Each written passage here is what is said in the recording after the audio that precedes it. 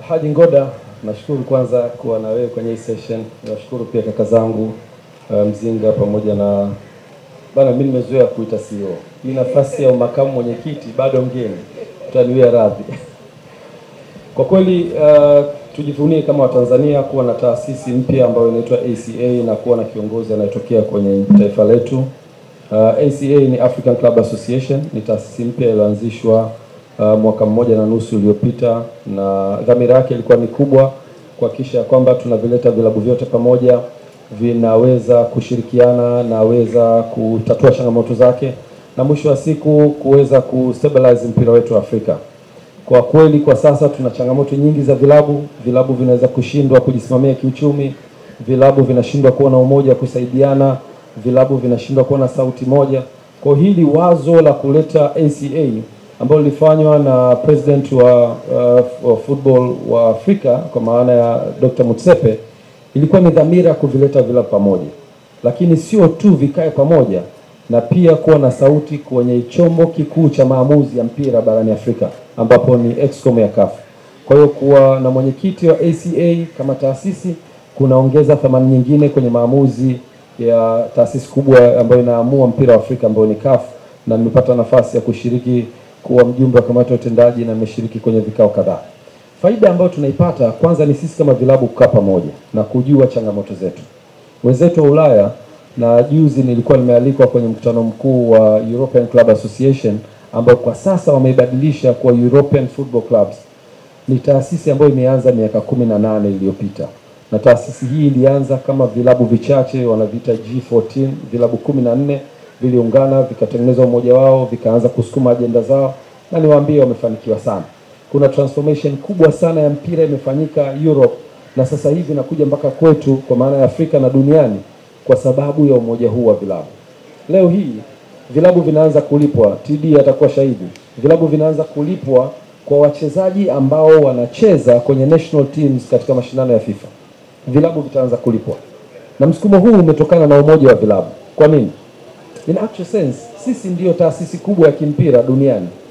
Football clubs. Sio national team. Na sisemi kwa dhamira mbaya. Nataka niweke uwazi kabisa ya kwamba vilabu vinakuza wachezaji. Vilabu vinaajiri wachezaji. Hawa wachezaji wote wanaocheza national team ni waajiriwa wa vilabu. Sisi ndio tunaosimamia well-being yao kwa maana ya fedha zao, maisha yao, performance zao, matibabu yao na kila kitu.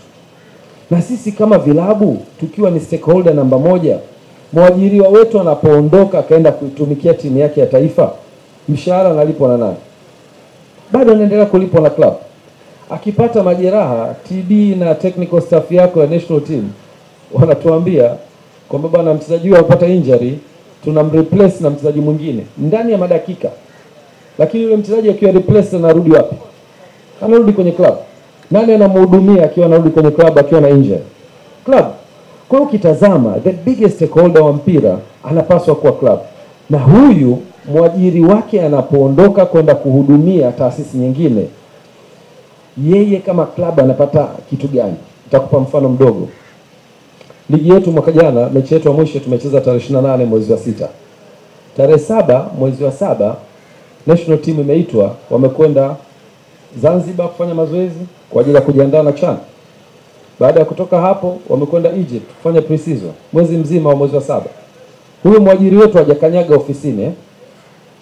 Mwezi wa 8 tarehe 2 mashindano ya CHAN yameanza. Mpaka mwisho wa mwezi wa 8 mwajiri wetu ndani ya miezi miwili hajakanyaga ofisini. Alikuwa anahudumia national team. Lakini mwajiri wake amenufaika na nini? Hajanufaika na kitu. Transformation ya mpira wa sasa inaitaka hiyo timu ambayo inamlea huyo mchezaji, inayolipa gharama zake, inufaike na hayo mashindano. Hayo mashindano ya CHAN yaliochezwa obvious na wadhamini. Kuna mtu mwingine atakuwa anachukua hizo pesa za wadhamini, anazipeleka wapi? So transformation ya hizi ACA, hivi vyama vya vilabu vinaanza kufungua brain mpya ya mpira na kusema hapana, kuna hiki kinatakiwa kiende kwenye direction hii. Mchezaji anapopata maumivu au kupata majeraha akiwa anaitumikia timu ya taifa, anarudishwa kwenye club kwa ajili ya kuhudumiwa. Where is the insurance? Kwa nini hizo taasisi ambazo zinamtumia yule mchezaji kwenye matumizi ya hayo mashindano zisiweze kubeba hizo gharama za matibabu? Na vipi compensation? Yule mchezaji amepata ACL labda, amepata majeraha ya goti atakaomfanya akae miezi 6 bila kucheza. Mimi kama club ambaye nimemsajili yule mchezaji kwa matumizi yangu, itakuwaje? Nitawezaje kukava gharama zake? Atatakiwa alipwe mishahara, atatakiwa alipwe gharama za matibabu. Who's going to cover the cost? So dunia sasa imeanza kuleta fikra tofauti. Na fikra hizi zinapitia kwenye vilabu, vyama vya vilabu. Na vilabu vinaweza kuraise thamani. Leo tunaambiwa mashindano kama ya Club World Cup, FIFA, maanisha FIFA World Cup, wachezaji wataanza kulipwa, na ni kwa sababu ya hizo initiatives. Kwa hivyo niseme ACA itakwenda kufungua milango ya vilabu vya Afrika kwa pamoja, itaweza kufungua na kuleta fikra mpya za vilabu na kuhakikisha vinapata haki yake stahiki. Lakini nitoe habari nzuri, jana tulikuwa na mkutano wa bodi wa ACA na tumeweza kupitisha usajili wa vilabu. Kwa hiyo form ziko tayari kwa vilabu vyote ambavyo viko Tanzania na Afrika kwa ujumla kuanza kuwa wanachama wa ACA. Form ziko tayari. Ada ya usajili ni $1,000 kwa mwaka. Klabu italipa $1,000 itakuwa mwanachama wa ACA, na kuna maslahi makubwa ya vilabu kuwa sehemu ya umoja huo. Habari njema kabisa ambazo bila shaka response yake ndio hayo makofi ambayo tumeyasikia. Lakini kabla ya kutupa kijiti hiki kwa wadau wengine wa jukwaa hili, engineer, naamini kabisa kwenye ACA ambayo mimi naona umekwenda kupewa mtihani mkubwa, lakini kwenye hilo unabeba sifa ya Mnyamwezi, kwa sababu Mnyamwezi ndio anakuwa mzigo mzito wa bebe. Ni kwa mara ya kwanza kabisa taasisi hii inatengenezwa, lakini unakwenda kukabidhiwa jukumu hilo la kuwa mwenyekiti wa taasisi ambayo imetengenezwa kwa mara ya kwanza, na majukumu hayo mazito ambayo kwa maono yako umeweza kuyaleta. Kwenye kila jambo ambalo unaliendea kuna vitu ambavyo unatakiwa kuvimaintain, lakini vipo ambavyo unatakiwa kuviondosha kwa maana umeona havina tija, lakini pia kuna vitu vipi ambavyo vinatakiwa kuletwa. Kwenye haya maeneo matatu ndani ya ACA, ni kipi kimefanyika kwa kiwango kikubwa chini ya uongozi wako kama mwenyekiti? Kwanza nianze kwa kumshukuru mwenyekiti wa rais wa Football Association ya Afrika, Dr. Motsepe. Amefungua mlango ambao umefungwa kwa miaka mingi sana. Wenzetu Europe wakiwa na miaka 18 na hii taasisi ya Afrika kulikuwa kuna ugumu wa kuifungulia mlango. Kwa hiyo nimshukuru sana Rais Motsepe kwa hicho. Na sisi tumepambana kwa namna zetu kuhakikisha tunakuwa established. Tumeweza kufanya utaratibu mzuri wa kuset up office na tumeweza kufanikiwa kufungua ofisi Morocco, na kuna watendaji sasa hivi wako Morocco kwa ajili ya kuhudumia. Lakini yako mambo kadhaa ambayo tumefanya. Moja ni kusimamia kitu kinachoitwa solidarity fee. Vilabu vyetu vya Tanzania ambavyo vinashiriki CAF Confederation na Champions League na vilabu vyote vya Afrika vinavyoshiriki mashindano haya, hatua ya preliminary round au hatua ya mzunguko kulikuwa hakuna gharama zozote club zinapewa kama sehemu ya kusupport.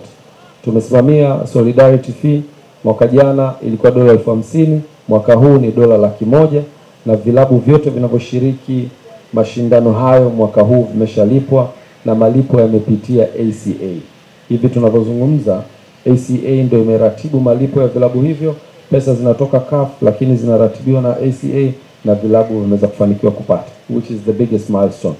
Na bado tunaendelea kupush pesa hizo ziwe zaidi ya $100,000. Mwaka jana $50,000, mwaka huu $100,000, na tunaomba mwakani ziongezwe. La pili ni kushawishi kwa baadhi ya kanuni ambazo zimekuwa zikiathiri vilabu. Hivi tunapozungumza kwa nafasi yetu, baada ya kusaini ile MOU na CAF, naingia kwenye kamati ya mashindano.